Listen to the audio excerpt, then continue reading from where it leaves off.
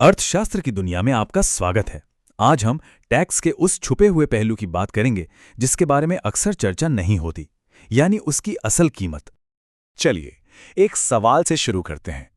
क्या ऐसा हो सकता है कि टैक्स घटाने से सरकार की कमाई बढ़ जाए? सुनने में थोड़ा अजीब लगता है ना? पर इस चर्चा के आखिर तक ये गुत्थी पूरी तरह सुलझ जाएगी। तो चलिए, सबसे पहले ये समझते हैं कि जब बाजार में कोई टैक्स लगता है तो आखिर होता क्या है। इसे ऐसे समझिए, टैक्स खरीदार और बेचने वाले के बीच एक दीवार खड़ी कर देता है। खरीदार को ज्यादा पैसे देने पड़ते हैं और बेचने वाले को कम पैसे मिलते हैं, और नतीजा सीधा सा है, बाजार में लेन देन अपने आप कम हो जाता है। अब बाजार में इस सुस्ती की एक कीमत होती है, और ये कीमत सिर्फ वो नहीं जो टैक्स में चुकाई जाती है, बल्कि इससे कहीं ज्यादा है। अच्छा, इसे समझने के लिए एक ऐसे बाजार की कल्पना कीजिए जहां कोई टैक्स नहीं है, सब कुछ एकदम बढ़िया चल रहा है। मतलब उस बाजार से समाज को जितना भी फायदा मिल सकता है वो मिल रहा है। लेकिन जैसे ही टैक्स लगता है, उस कुल फायदे का एक हिस्सा हवा में गायब हो जाता है। जी हां, वो ना सरकार की जेब में जाता है, ना खरीदार की, ना बेचने वाले की। बस खत्म। अर्थशास्त्र की भाषा में इसी नुकसान को हम कहते हैं डेड वेट लॉस। मुझे पता है ये थोड़ा सा किताबी लग रहा होगा, तो चलिए इसे एक बहुत ही आसान कहानी से समझते हैं। मिलिए जारिया और ईथन से।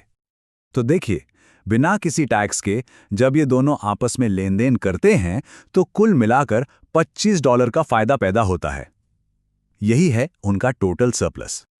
अब कहानी में एक ट्विस्ट आता है। सरकार लॉन्ड्री सर्विस पर $35 का टैक्स लगा देती है। गौर कीजिए, ये टैक्स उनके कुल फायदे यानी $25 से भी ज्यादा है। तो अब क्या होगा? जाहिर है ये सौदा अब किसी के लिए भी फायदे का नहीं रहा, तो वो लेन देन होता ही नहीं है, काम खत्म। और यहीं पे पूरी कहानी का सार है। सरकार को कितना टैक्स मिला? 0। और वो $25 का जो फायदा हो सकता था वो भी किसी को नहीं मिला, वो हमेशा के लिए खो गया। यही है हमारा $25 का डेड वेट लॉस।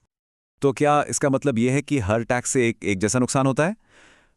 ऐसा नहीं है। ये डेड वेट लॉस कितना बड़ा होगा, ये कुछ चीजों पर निर्भर करता है।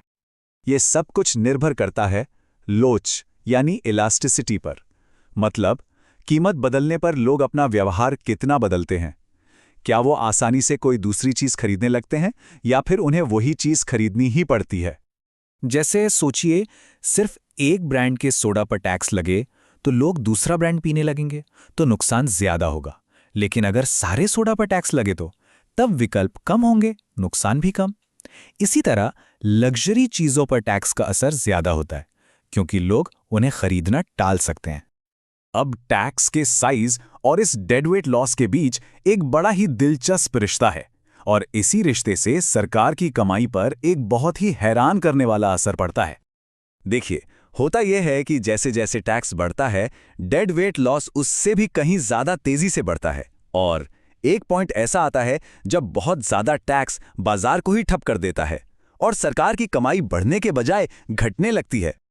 अर्थशास्त्र में इस पूरे आइडिया को समझाने के लिए एक बहुत मशहूर कॉन्सेप्ट है। इसे कहते हैं लेफर कर्व, और यही हमारी उस पहली पहेली का जवाब है। जी हां, लेफर कर्व यही बताता है कि अगर टैक्स की दरें पहले से ही बहुत ज्यादा हों तो उनमें कटौती करने से सरकार की कमाई असल में बढ़ सकती है। तो डेड वेट लॉस को समझना सिर्फ एग्जाम पास करने के लिए नहीं है, ये एक बहुत बड़ी बहस की जड़ है कि सरकार को कितना बड़ा होना चाहिए।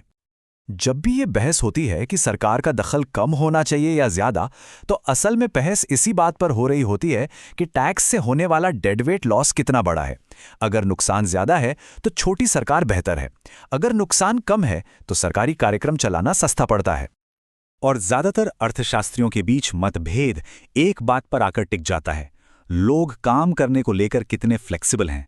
अगर टैक्स बढ़ने पर लोग काम करना कम कर देते हैं तो डेड वेट लॉस बहुत ज्यादा होगा, लेकिन अगर वो उतना ही काम करते रहते हैं तो नुकसान कम होगा। तो इस पूरी चर्चा से सबसे जरूरी बातें क्या हैं? पहली, हर टैक्स की एक छिपी हुई कीमत होती है जिसे डेड वेट लॉस कहते हैं। दूसरी, ये नुकसान बाजार में मौजूद विकल्पों पर निर्भर करता है। और तीसरी, एक हद के बाद टैक्स बढ़ाने से सरकारी कमाई भी घटने लग सकती है।